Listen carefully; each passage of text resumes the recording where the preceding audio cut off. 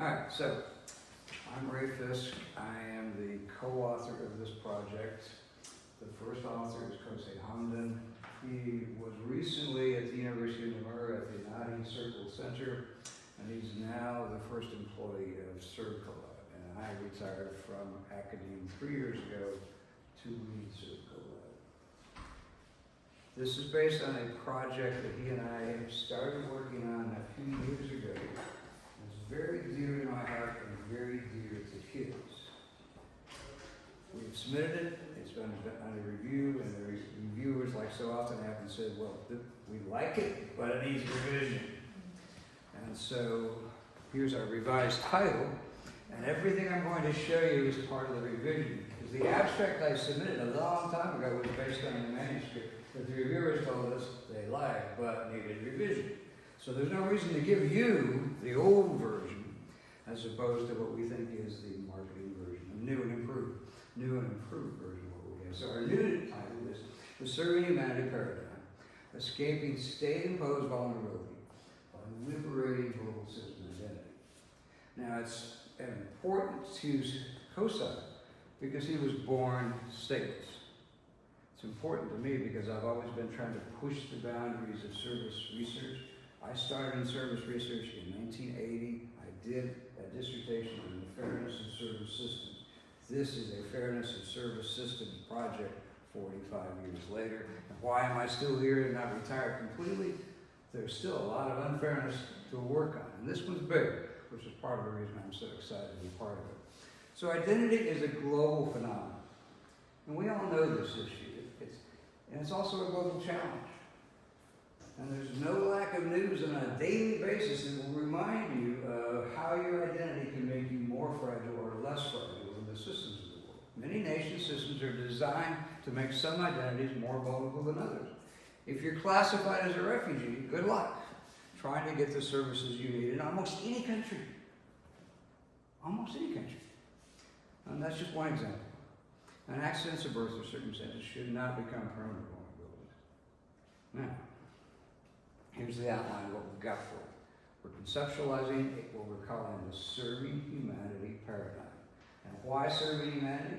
The reason for that is very simple. CertCollab's name is a contraction of serving humanity through collaboration. So this is at the essence of what CertCollab should be working on. So we're going to construct the paradigm using wisdom levers and cranes. What we're doing here, we didn't know that there was a term that we kind of like for what we're doing. It's called conceptual engineering. We're trying to conceptually engineer with what we're calling wisdom levers and wisdom cranes, the paradigm. The third point here is that we're exploring statelessness as an example of extreme state-based vulnerability. So we're going to show you what we think is the right model. We're going to show you some of the severity of the problem, and then look at the implications of the serving humanity paradigm on the last point. So first, the purpose of the study is to construct the serving humanity paradigm to overcome vulnerability experiences and to liberate global citizen identity as the natural birthright of humanity. Notice I put that in green because that's our new and improved key part of the project. Our previous version described global citizenship as a choice. We realized that's stupid. We should call it a birthright because it turns out that every human born on Earth, there's still no exceptions, right? Every human born on Earth, our natural habitat is Earth. So that's why we realized, well, it's a natural birthright. We should all have those rights. And provide, in the last one, provide an understanding of state-imposed vulnerability experiences. So the need for a serving humanity paradigm. Humans live in service systems, as we know. Nation states are the largest and most powerful service system, and they shape our lives by assigning illegal identities to us. So basically, state-imposed labels include things like stateless, refugee, homeless, and many other discriminatory or gender identity labels that might cause people problems. The next point there is the state-imposed identities, state-imposed identities cause state-imposed vulnerability because of what that label is, and that's Qusay's story. This being labeled stateless is a real mess for the typical person in that situation. It's a real difficult challenge. And the most severe of all, because they are the most severe of all because they restrict basic rights, services, and legal protections. And I'll show you that with the statelessness example. The last point is that overcoming these vulnerabilities indicates is what we think requires a new paradigm to serve humanity wisely. Instead of all of the foolishness that we've experienced under the nation-state regimes that we live in today, and I deliberately said regimes, deliberately. Okay, so here's our definition of state-imposed vulnerability. It's an extreme form of vulnerability that denies opportunities, harms, discriminates, marginalizes, and excludes, a wrong case obviously, individuals or groups because of the identities imposed by a nation-state system. All right, so that's our logic. So it's not something that's a vulnerability of any of your own nature. It's caused by the nation. Caused by the nation. And in conceptualizing our paradigm, we started off looking at a very useful article to us on paradigm and service research. Bart Tronville led that project, and they identified 4 paradigmatic categories: positivist, monologic, hermeneutic, and dialogic.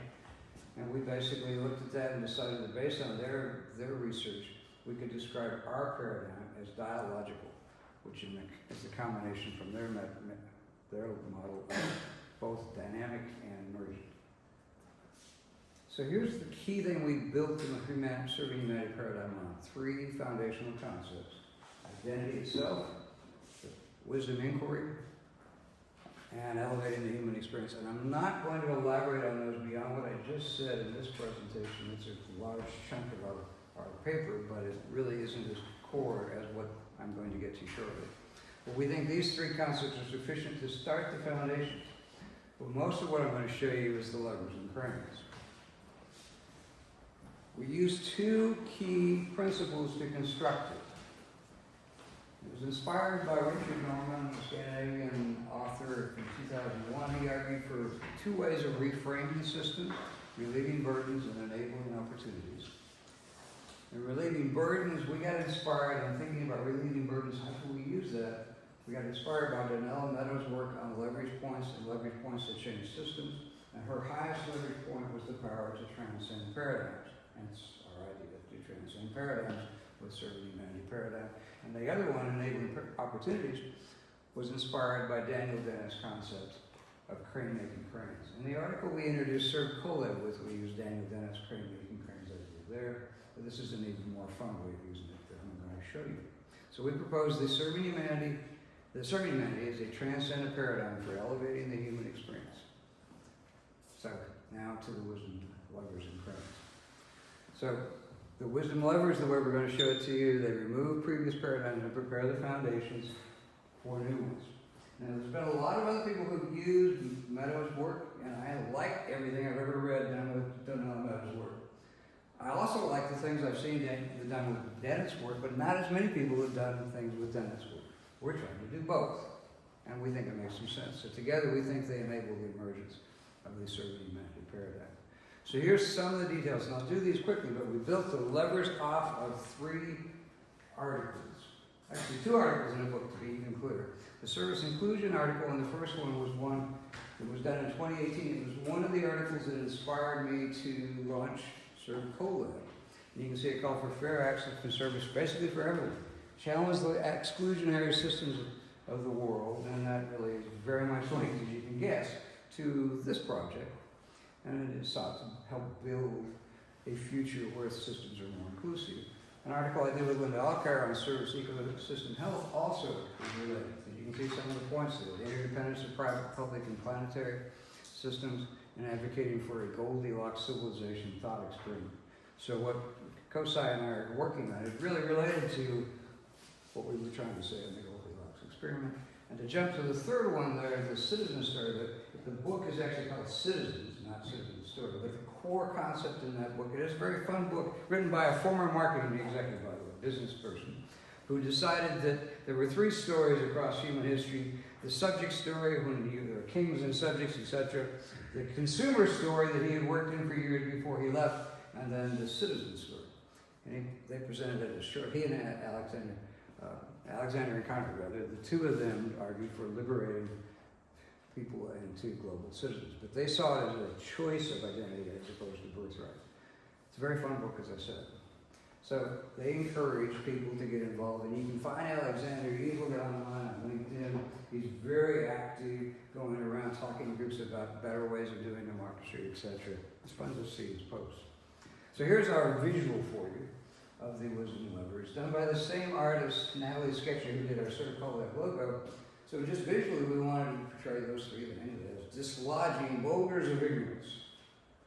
And I was tempted to ask her for mountains of ignorance when she drafted it, but we went for boulders of ignorance. And then to the cranes.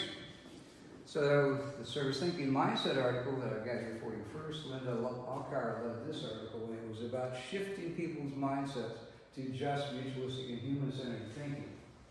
And we saw that as a crane idea. And the second one here is service standards that I recently did with Marek Musowski, in which we argued that for all human service systems, there should be 3 standards for how you serve any human. That you should serve them by respecting empowering their agency, respecting their dignity, and honoring their diversity. Now, there's been a lot of conversation around the world now in terms of topics like diversity and inclusion and whatnot. We obviously are on the side of including all humans, respecting their diversity, etc. Now, there are lots of other articles we could have included in trying to build the levers and cranes. We obviously chose ones that we knew best. I'll get to this last one in just a minute, but one of the points I'll make later is that there's lots of things that we think people could do to build an even stronger paradigm here. The last point there is strength-based approach. This is an idea that's come along from several different researchers. It comes out of other fields, but in the service field, Maria Rossini led one article, Russell Bennett, Rebecca Russell Bennett led another, and then Sertan Kabadai led a third, all using a strength-based approach. I've recently been part of one that also uses a strength-based approach. The key thing about a strength-based approach is that it doesn't tag a person as if they are inherently vulnerable. It looks at what can they do. This was very important to us because we want to get you to believe that if you're born on Earth, that's your birthright, and that's a strength. It's a right of being a human born on Earth. So those are the 3 cranes, and here's our visual for that. 3 different cranes, each together, all 3 together, building a serving humanity paradigm. And again, there could easily be more cranes logically in terms of constructing an even more elaborate conceptualization. But we think this is enough. So to summarize everything I just gave you, the wisdom, levers, and cranes establish the foundations for the serving humanity paradigm. And the list here is just the summary of each of those ideas. I'm going to keep going because I've got several things I want to show you on statelessness in the time I've got. This, we could have easily gone 2 hours on what I've got here, but I'm not about to do that to you. I need to show you this definition, our definition of global citizen identity. The natural birthright that establishes the foundations for all strengths and mutual responsibilities of humans in their natural habitat on planet Earth is our natural habitat. But we have so many nation states that are busily arguing over what you can do and not do. Our logic is, well, if the whales can travel the oceans and the birds can travel the skies, why can't humans travel the Earth without some of these crazy things getting in the way? I realize that's a far, far off idea. We do recognize that. Certainly he does, given the history he's gone through. And now we get to the severe state imposed vulnerability. So what is it? Just to make sure you understand, according to the United Nations 1954 Convention, it's a person who's considered not considered as a national by any state under the operation of this law. So you're out of the bounds of any system. Nobody will claim you. Nobody will take responsibility. And the Article 15 of the Universal Declaration of Human Rights said everyone has the right to a nationality. So that was an effort by the United Nations to try to deal with that, so that no one shall be arbitrarily deprived of his nationality or denied the right to change his nationality. But it still never fixed the problem, which is this slide. We're going to look at Lebanon. Lebanon is not a signatory to that effort to deal with the stateless person's problem. So they don't have to do what they were attempting to solve. So officially they were supposed to identify and take care of people who were classified as stateless and give them the rights despite all the problems. So, but in Lebanon, they've not accepted that obligation. They've done nothing. Qusay's history was in Lebanon, so he knows that story well. And it's definitely a systematic state-imposed vulnerability. So he got from that stage to the point of getting a PhD in Europe. That was not an easy path, by any means. So a little more on this particular context, because a huge portion of the people who are stateless in Lebanon are Palestinians. So this is the vulnerability experience of the Palestinians. In Lebanon, around 500,000 Palestinians are experiencing statelessness and are registered as refugees in Lebanon. That's a lot of people trapped in state-imposed vulnerability. And most like him, most have been born stateless from birth. An accident of birth, obviously. An accident of birth. And many of them are actually permanent residents since 1948. That was actually tied to his own family's displacement. But nonetheless, that's the way it's happened. And 42,000 fled to Lebanon from Syria during the 2011 civil war. So there's all kinds of complexities to that mess of problems, all in that part of the Middle East.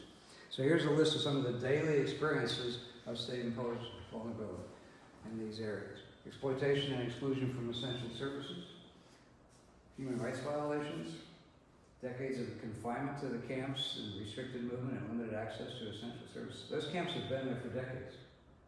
They've been there for decades. Next one there is the discrimination and denial of equal rights and freedoms compared to natives and other foreigners.